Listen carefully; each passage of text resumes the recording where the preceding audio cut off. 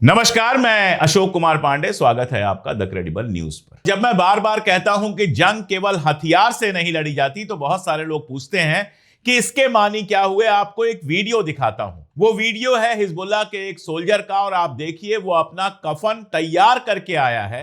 अपने ड्रेस के ऊपर उसने कफन पहना हुआ है और वो बता रहा है कि हम तो मरने के लिए तैयार होकर जंग में आए हैं। और अब इसके साथ साथ एक खबर देखिए जो लगातार इजराइल से आ रही है। पहले यह लगा शायद फेक न्यूज हो गई, फिर जब इजराइल के अखबारों ने छापना शुरू किया, जब जेरूसलम टाइम जैसे अखबार ने छापा और भी अखबारों ने जब इजराइल के छापना शुरू किया, तो समझ में आ गया कि खबर तो बिल्कुल सही है। तो खबर यह है कि मीटिंग के दौरान इजराइल के जो आर्मी चीफ हैं, उन्होंने साफ साफ कहा कि हमारी आर्मी लड़ने के लिए तैयार नहीं है। जितनी आर्मी की हमें जरूरत है उतनी आर्मी है नहीं। और 2-3 साल से लगातार लड़ाई लड़ते लड़ते हमारे सैनिक बुरी तरह से थक गए हैं। और मैं 10 रेड फ्लैग्स लगा रहा हूं। रेड फ्लैग का मतलब यहां पर चीजें खत्म होती हैं, बस इससे ज्यादा नहीं हो सकता। तो मैं 10 रेड फ्लैग लगा रहा हूं। हमारी आर्मी अब लड़ने की कंडीशन में नहीं है। यह फर्क है दोनों तरफ, जिसकी मैं बात आपसे लगातार कर रहा हूं। कल आईआरजीसी के नेवी चीफ को मार दिया गया। इजराइल की पूरी पॉलिसी है इंपॉर्टेंट लोगों को मारने की। तो जो आईआरजीसी के नेवी चीफ है उनको शहीद कर दिया गया कल। लेकिन ईरान के जो हौसले हैं उसमें कहीं से कोई फर्क नहीं आया। यहां इजराइल लगातार गजा में 2 साल से नरसंहार चला रहा है, जेनोसाइड चला रहा है, बच्चों को मार रहा है, औरतों को मार रहा है। इजराइल का एक मंत्री संसद में खड़े होकर कहता है कि आईडीएफ वाले अगर बच्चों को भी मार रहे हैं तो मुझे कोई दिक्कत नहीं है। जेनिन में बच्चे भी अपराधी हैं, कोई बच्चा इनोसेंट नहीं है। कुछ भी करेंगे आईडीएफ वाले, हम उसको बचाएंगे। इजराइल की सरकार हर हाल में आईडीएफ के लोगों को बचाती है, यहां तक कि जब उनके साथ रेप तक के आरोप लगे तो भी आईडीएफ के लोगों को बचा लिया गया। और इन सब के बावजूद हालत यह है कि इजराइल की आर्मी के लोग लड़ने को तैयार नहीं है। यह बात वहां का आर्मी चीफ कह रहा है। यह बात वहां का आर्मी चीफ कह रहा है कि थक चुके हैं, अब लड़ने को तैयार नहीं है। अगर गए होते लेबनान के बॉर्डर में और बड़े आराम से हिजबुल्लाह के खत्म करके आ गए होते, लेबनीज लोगों को मार के आ गए होते, उनके घर तोड़ के आ गए होते, तब कोई दिक्कत नहीं होती। लेकिन इस बार लेबनान ने जैसे एक दिन में इनके 20-22 मरकावा तोड़े हैं, लगातार इनके ऊपर हमले किए हैं। एक वीडियो चल रहा था, वो मैं दिखा नहीं पाऊंगा आपको। एक महिला बड़ी बड़ी बातें कर रही थी अपने शेल्टर में बैठकर, और अचानक से बम आकर गिरता है उसके बगल में। उसके क्या हाल है मैं नहीं जानता, लेकिन इस तरह की बमबारी, इस तरह के रॉकेट लगातार हिजबुल्लाह ने छोड़े हैं कि आयरन डोम, जैसा कि मैं कहता हूं, आयरन मोम बन के रह गया है। और यही वजह है कि इजराइल के सैनिक लड़ने को तैयार नहीं है। यह वो बात है जो हम लगातार कह रहे हैं। और आप देखिए, अगर इजराइल के आईडीएफ के सैनिकों की बात अगर आप देखेंगे तो 1 जनवरी को हरीज ने एक रिपोर्ट छापी। इजराइल का अखबार है और थोड़ा बेहतर अखबार है। वो बताता है कि 2025 की अगर बात करें तो 22 इजरायली सैनिकों ने खुद अपनी जान दे दी थी, खुदकशी की थी, जो अब तक का हाईएस्ट है। और 2026 अभी चल रहा है और इसके आसपास खुदकशी हो चुकी है। यह कंडीशन इजराइल की आर्मी की है। वैसे भी जब आप बच्चों को लगातार मारोगे, औरतों को लगातार मारोगे, निहत्थों को लगातार मारोगे, घर छीनने में लोगों की मदद करोगे, तो मेंटल स्ट्रेस तो पड़ेगा ही। अगर जरा सी भी इंसानियत कहीं अंदर होगी तो वो बार बार आपको परेशान तो करेगी ही। तो ट्रॉमा से गुजर रहे हैं, मेंटल ट्रॉमा से गुजर रहे हैं, दिमागी तवाजुन बिगड़ रहा है, और इलाज करने के लिए डॉक्टर्स नहीं। इजराइल एक समाज के रूप में बहुत बुरी तरह से टूट रहा है। यह मैं आपको जितनी खबरें, जिस तरह की खबरें लगातार इजराइल से आ रही हैं, बहुत क्लियर बता सकता हूं। और इसीलिए बहुत सारे लोग यह सवाल उठाते हैं कि क्या नेतन्याहू ने इजराइल के वजूद को खतरे में डाल दिया है। और जहां तक मेरा सवाल है, मैं मानता हूं कि उसने इजराइल के वजूद को खतरे में डाल दिया है। जिस इजराइल को पूरी दुनिया का सपोर्ट मिलता था, आज दुनिया में उसका अमेरिका के अलावा कोई सपोर्ट करने वाला नहीं है। वैसे बाकी खबरों पे बढ़ूं उसके पहले, अमेरिका के ऊपर एक बड़ा गजब का कमेंट किया है फ्रांस की सीनेट में एक सीनेटर ने। सीनेटर मतलब जैसे हमारे यहां एमपी होते हैं। उन्होंने कहा कि अमेरिका की सत्ता पर कुछ शराबियों और ड्रग एडिक्ट्स ने, नशेबाजों ने कब्जा कर लिया है और जब भी एप्स्टीन फाइल से कोई नई चीज बाहर निकलती है तो वो किसी मुल्क के ऊपर जाकर बमबारी करना शुरू कर देते हैं। मुझे नहीं लगता कि एक लाइन में इससे बेहतर बात ट्रंप और उसके लोगों के बारे में कही जा सकती है। ट्रंप की हालत यह है कि ऐसा लगता है वो लगातार नशे में है। कहा यह जा रहा है कि रोज उसको 2 मिनट का एक वीडियो दिखाया जाता है कि ईरान में क्या चल रहा है, उसको उतना ही पता रहता है। और जाहिर सी बात है, वहां की आर्मी 2 मिनट का वीडियो दिखाएगी तो क्या दिखाएगी? यही दिखाएगी कि ईरान में हमने इतने घर तोड़ दिए, इतनी जगहों पर हमला कर दिया, इतनी जगहों पर बम गिरा दिया।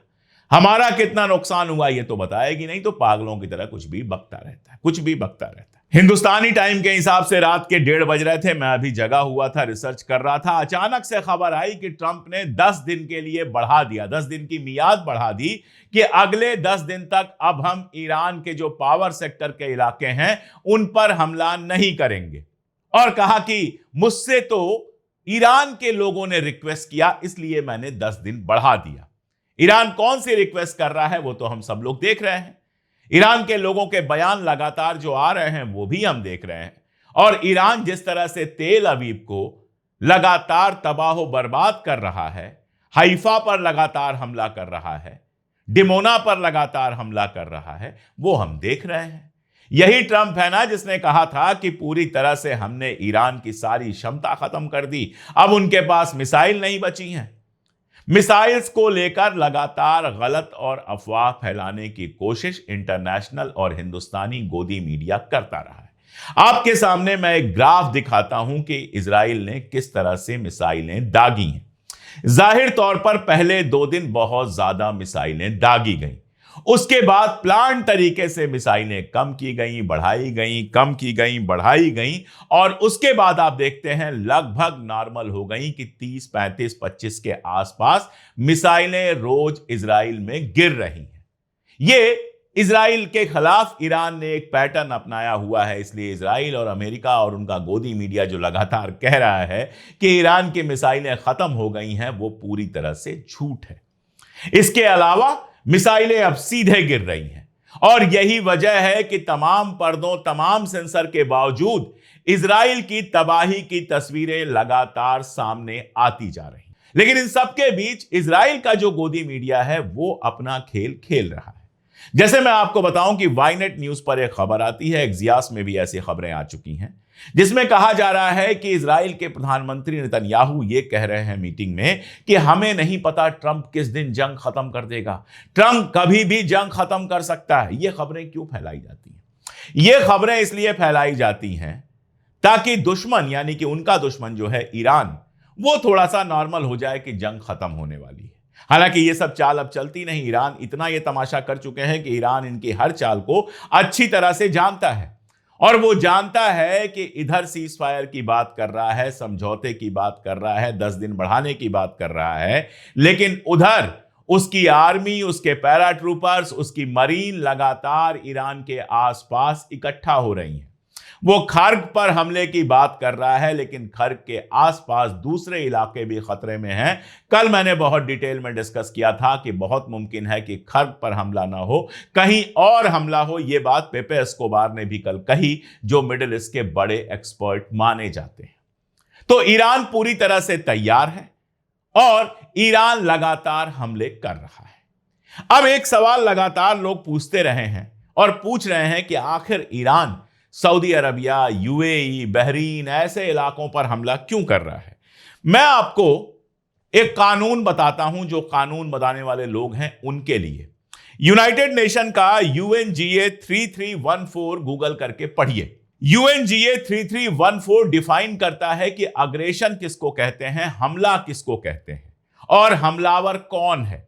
और उसमें वो बताता है कि अगर कोई मुल्क सीधे हमले में शामिल नहीं है, लेकिन उसकी जमीन या आसमान का इस्तेमाल हमले के लिए किया जा रहा है, तो वो भी अग्रेसर माना जाता है। यानी हमला तो अमेरिका और इजराइल ने किया है, इसमें कोई दो राय नहीं है, लेकिन जिन मुल्कों ने अपनी जमीन और आसमान को इस्तेमाल होने की इजाजत दी है, वो भी हमलावर हैं।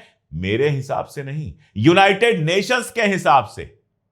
यूनाइटेड नेशन के नियम के हिसाब से अगर आपकी जमीन और आपका आसमान इस हमले के लिए इस्तेमाल होता है तो आप भी हमलावर हैं। मैं आपको याद दिला दूं कि पाकिस्तान और भारत की जो जंग 1971 की हुई थी उसमें भारत ने अपना एयर स्पेस बंद कर दिया था पाकिस्तान के लिए।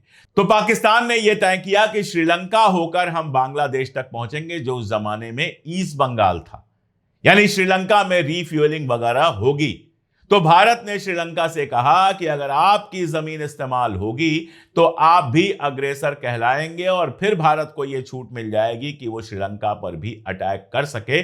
उसके बाद श्रीलंका ने पाकिस्तान को इस बात की इजाजत नहीं दी कि उसका एयर स्पेस या उसकी जमीन इस्तेमाल की जाए रीफ्यूलिंग वगैरह के लिए। तो यूनाइटेड नेशन के हिसाब से चाहे वो यूएई हो, चाहे वो बहरीन हो, चाहे वो जॉर्डन हो, चाहे वो सऊदी अरबिया हो, जितने ये मुल्क हैं जहां पर अमेरिका के बेस हैं भी कह सकते हैं, थे भी कह सकते हैं, क्योंकि अब तो न्यूयॉर्क टाइम्स ने कह दिया है कि यूनाइटेड स्टेट्स के जो बेसेज हैं मिडिल ईस्ट में वो खत्म हो चुके हैं। तो जहां इनके बेस हैं, जहां अमेरिकी जहाजों की रिफ्यूलिंग होती है, जहां अमेरिकी जहाज उड़ान भरते हैं और जो अपना आसमान और जमीन इस्तेमाल करने के लिए दे रहे हैं, वो सारे के सारे ईरान पर अग्रेसर हैं।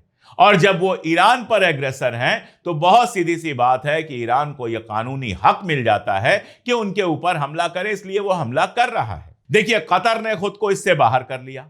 कतर ने कहा भैया हम इस लड़ाई में नहीं पड़ेंगे। ईरान यहां पर हजारों बरस से है और अगर कोई सोचता है कि ईरान को पूरी तरह से खत्म कर देगा, नक्शे से मिटा देगा, तो यह नामुमकिन है। हमें भी यहीं रहना है, ईरान को भी यहीं रहना है, तो हम तो दोस्ताना रिश्ते बनाकर रखेंगे, हम ईरान पर हमला नहीं करेंगे। यह कतर ने खुल के कह दिया कि हमारी जमीन का इस्तेमाल हम ईरान पर हमले के लिए नहीं होने देंगे। उसके बाद देखिए कतर के ऊपर कोई हमला नहीं हो रहा है, लेकिन सऊदी अरबिया, यूएई, बहरीन, ये सब तो अपनी जमीन का इस्तेमाल करने दे रहे हैं। और बहरीन और यूएई, जरा नक्शे में देखिए इनकी साइज क्या है। और यूएई जहां 85% लोग बाहर के हैं, ये जिस तरह की बातें लगातार कर रहे हैं, ऐसा लग रहा है कि इस जंग में तकरीबन शामिल हो चुके हैं। खास तौर पर आप यूएई को देखिए, 85% लोग बाहर के हैं। और यूएई में मेरा इंटरेस्ट इसलिए भी रहता है कि सबसे ज्यादा हिंदुस्तानी तो यूएई में रहते हैं, मेरे अपने घर के लोग भी वहां पर हैं। वो लगातार जिस तरह का बयान दे रहा है, उसके डिप्टी पुलिस चीफ कहते हैं कि अरब मुल्कों को इजराइल के साथ खड़े हो जाना चाहिए, ईरान टेररिस्ट मुल्क है। अमेरिका में उसका एम्बेसडर आर्टिकल लिखता है और उस आर्टिकल में लिखता है कि सीज फायर ऐसे नहीं होना चाहिए, कंप्लीट होना चाहिए, फला होना चाहिए, ये होना चाहिए। उसके बहुत सारे मानी निकाले जा रहे हैं। एक मानी ये निकाला जा रहा है कि ऐसा सीज फायर होना चाहिए जिसमें ईरान न्यूक्लियर बम ना बना सके, नई मिसाइलें ना बना सके, वगैरह वगैरह। वो नहीं होने वाला है, ये ख्वाब देखना छोड़ दीजिए। लेकिन उसकी टोन और टेनर पढ़ के बहुत साफ समझ में आता है कि अमेरिका से कहा जा रहा है कि ईरान को तबाह बर्बाद करते रहिए, ईरान के ऊपर लगातार हमले करते रहिए। सऊदी अरबिया के बारे में भी न्यूयॉर्क पोस्ट में आर्टिकल आया, हालांकि उसके बाद सऊदी अरबिया ने कहा कि नहीं, हमने बिल्कुल ऐसा नहीं कहा है। लेकिन क्या सच है क्या झूठ है कोई नहीं जानता है, खासतौर पर तब जब ट्रंप भी एक सवाल के जवाब में इन मुल्कों का नाम ले चुका है। अब अगर यूएई वाकई जंग में जाता है तो क्या होगा वो कहने की जरूरत नहीं है, मैं सोच कर भी डर रहा हूं। अगर वो फ्रांस के भरोसे है, अगर वो अमेरिका और इजराइल के भरोसे है, तो उसको पता होना चाहिए कि अमेरिका और इजराइल ना तो अमेरिकन बेसिस को बचा पाए, ना इजराइल को बचा पा रहे हैं, तो वो यूएई को बचाने नहीं आएंगे। यही हाल बहरीन का है। और ये भी आपको बता दूं, थोड़ा सा इतिहास देख लीजिए, यूएई क्या है। यूएई तो ओमान सल्तनत जो इस समय है उसका हिस्सा था, उससे अलग करके बना हुआ है। बहरीन क्या है? बहरीन ईरान से निकलकर बना हुआ है। बहरीन तो ईरान का हिस्सा था, शाह के जमाने में उसको एक तरह से अमेरिका को गिफ्ट दिया गया था। है कितना बड़ा सा, 9 करोड़ की आबादी है ईरान की। साइज आप देख लीजिए, उसके सामने बहरीन को देख लीजिए। सऊदी अरबिया कहे तो समझ में आता है, उसके पास साइज भी है। हालांकि सऊदी अरबिया की इकोनॉमिक कंडीशन क्या है वो इस बात से समझ में आ रहा है कि नियोम करके जो उनकी परियोजना थी दुनिया का सबसे शानदार शहर बनाने की, वो लगभग खटाई में पड़ी हुई है। कल ही कई जो उसके मैन्युफैक्चरर्स थे उनका काम अचानक रोक दिया गया, जबकि काम केवल 30% पूरा हुआ था।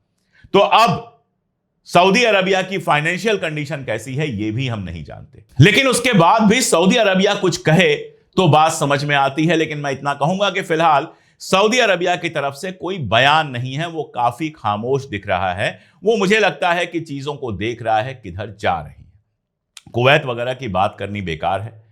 अगर पुराने नक्शे देखे जाएं तो कुवैत जो है वो एक जमाने में इराक का प्रांत हुआ करता था, इराक का स्टेट हुआ करता था।